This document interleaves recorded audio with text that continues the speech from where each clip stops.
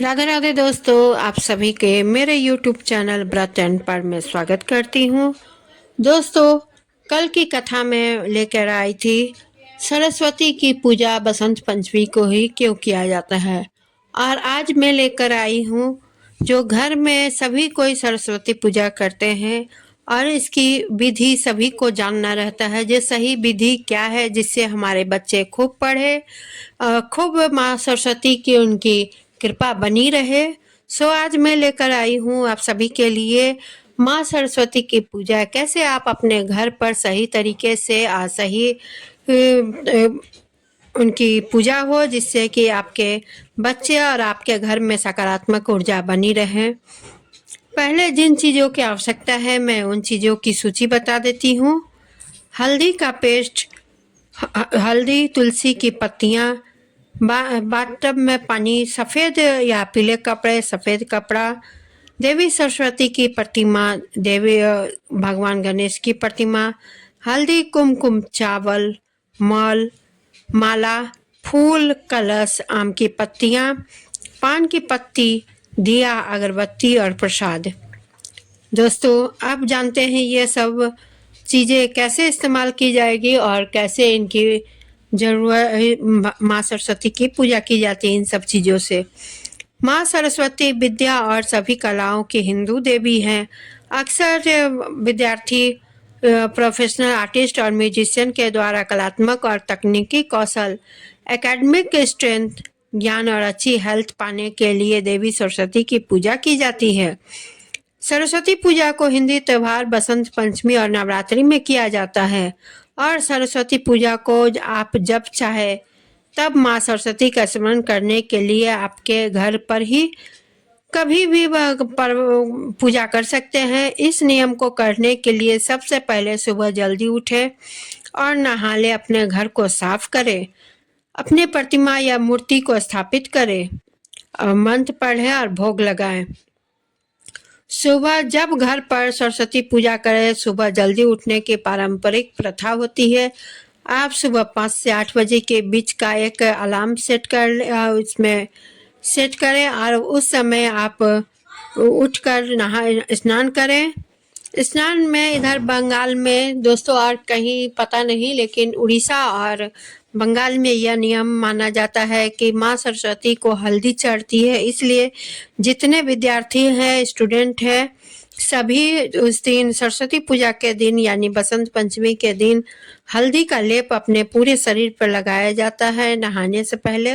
और उसके बाद अच्छी तरह से साबुन की कोई आवश्यकता नहीं रहती है। उस दिन हल्दी के लेप से ही अपने आप को नहाया जाता है। फिर उसके बाद स्वच्छ पानी से नहा करके पीले कपड़े या सफ़ेद कपड़े पहने जाते हैं। ज़्यादातर पीले कपड़े ही पहने जाते हैं। इससे देखिए बसंत पंचमी में हल्दी का एक औषधि का प्रभाव करता है और जिससे आपके शरीर में जो भी मतलब कि कुछ बाहरी जो होते हैं, जैसे कि बाहरी आपके फुंसी या, क्योंकि हल्दी ऐसे भी कॉस्मेटिक का काम करता है। फिर उसके बाद आप शुद्ध होकर कपड़े, पीले कपड़े, अधिकतर सभी पीले कपड़े ही पहनते हैं। ऐसे सफ़ेद भी पहना जा सकता है। आमतौर पर पूजा करने वाले लोगों को इन दो ही कलर के कपड़े पहने जाते हैं। एक कलर के कपड़े पहनना चाहिए, जैसे आप सिर से लेकर पांव तक सफ़ेद कपड़े पहन सकते हैं या पीले कपड़े पहन सकते हैं। हिंदू धर्म में पीले रंग को ज्ञान और शिक्षा का प्रतीक माना जाता है और सफ़ेद को शुद्धता और शांति का प्रतीक। अब माँ सरस्वती की पूजा कैसे करें ये आप पहले जाने।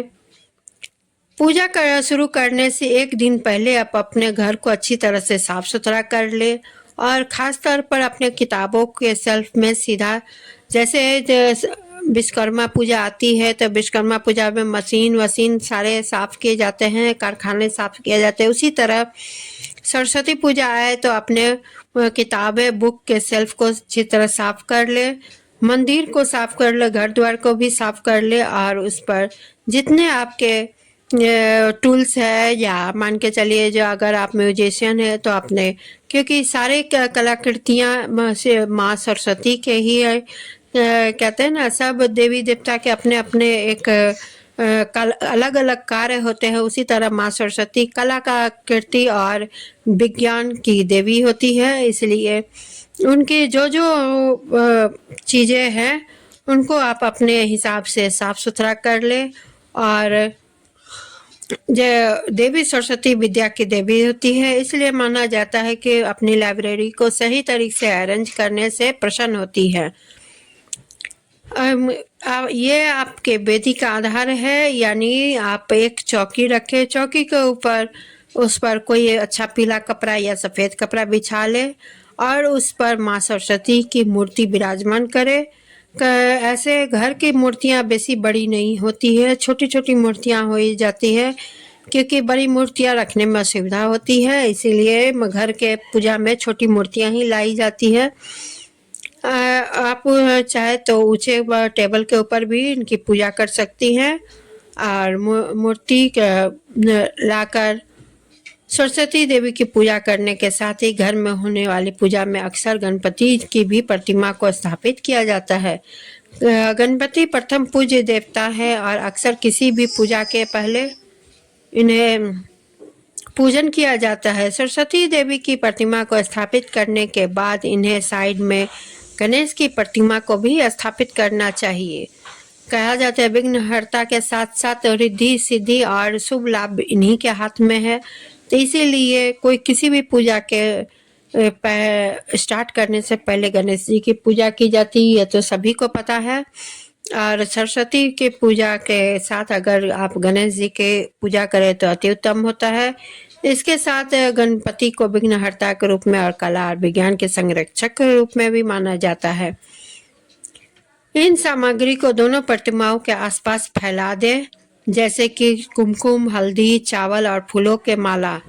आप माला चढ़ाए और बाद बाकी सामान को आप अपने पास रखकर चावल, माला और फूलों को फैलाने के लिए अपनी उंगलियों के इस्तेमाल कर सकते हैं, और साथ में हल्दी कुमकुम शामिल करने के लिए एक चम्मच भी यूज़ कर सकते हैं। सफ़ेद, पीले, लाल, नीले और हरे रंग के फूलों का इस्तेमाल करें।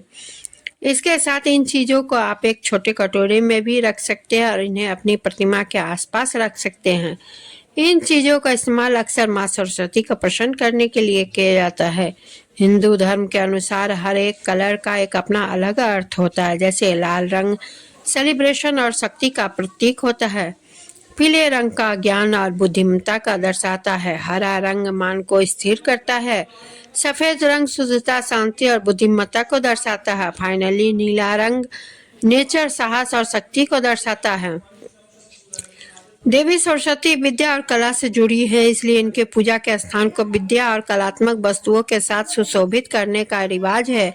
आप चाहे तो इन चीज़ों को टेबल के नीचे या प्रतिमा के करीब भी रख सकते हैं। आप चाहे तो डायरी, पेन, इंक और पेंट ब्रश को भी शामिल कर सकते हैं। जो आप जिससे आप जुड़े हैं, जिस कला के या स्टूडेंट है, उस तरफ से आप उस हिसाब से माँ सरस्वती के अपने चीज़ों को समर्पित करके रख सकते हैं। कलश हिंदू धर्म में इस्तेमाल किए जाने वाला एक तांबे का या पीतल का एक ऐसा बर्तन होता है जिसका बेस चौड़ा और मुंह छोटा होता है। कलश को आपके चौके पर रखें और या टेबल पर रखें जहां आप प्रतिमा रखी हैं, वहां बर्तन के अंदर कम से कम 5 आम के पत्तियां की टहनियां रखें। फिर ओपनिंग के ऊपर से एक पान की पत्ता रखें। कलश सृजन का प्रतिनिधित्व करता है। आम के पत्तों को पूजन के दौरान भगवान के आसन के रूप में इस्तेमाल किया जाता है और पानी इस आसन को शुद्धता करता है। एक गहरी सांस ले और अपने सांस छोड़े, तब इस मंत्र का उच्चारण करें। या कुंदेन्दु तुषार हार धवला, या शुभ्र वस्त्र पवित्रता, या वीणा वरादंड मंडित करा, या श्वेत पद्मासन, या ब्रह्मच्युत शंकरा प्रभुत्वी देवी सदा वंदिता, सामा पातु सरस्वती भगवती निशेष्य जाड्यापहा। ओम सरस्वते नमः। ध्यानार्थम पुष्पक समर्पयामि। प्लेटफॉर्म आप अपने चौका के एक दिया जलाए और उसके सामने एक अगरबत्ती बर्नर रखें। एक लाइटर या माचिस का इस्तेमाल करें और अगरबत्ती को जलाएं। आप अगर तेल का दिया जला रहे हैं तो आगे के खतरे से बचने के लिए दिया को बहुत सावधानी के साथ जलाएं, जिससे आपके किताबों या जो सामान आप उस आगे पीछे रखे हैं उसे हटा के ही आप दिया जलाएं।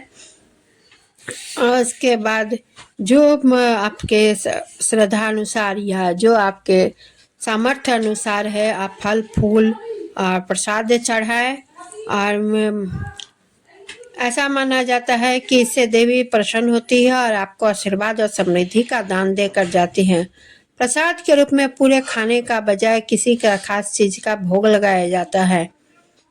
आप अपनी आंखें बंद कर सकते हैं। उसके दौरान कम से अपने जो मन में माँ सरस्वती से एक भावना होती है जुड़ी, उस भावना के अनुसार अब माँ सरस्वती को आराधे। फिर अपनी मनोकामना होती है माँ सरस्वती के आगे रखे और माँ सरस्वती आप सभी की मनोकामना पूर्ण करें। और इसी के साथ मैं विदा लेती हूँ। आप सभी को मेरा ये वीडियो कैसा लगा आप कमेंट करें और लाइक शेयर ज़रूर करें। चैनल को सब्सक्राइब करना ना भूलें और बेल आइकन को क्लिक करें। जो भी नई वीडियो का नोटिफिकेशन आएगा वो आप तक पहुंच जाएगी, इसलिए बेल आइकन क्लिक करना ज़रूरी है। चलिए इसी के साथ मैं विदा लेती हूँ। धन्यवाद।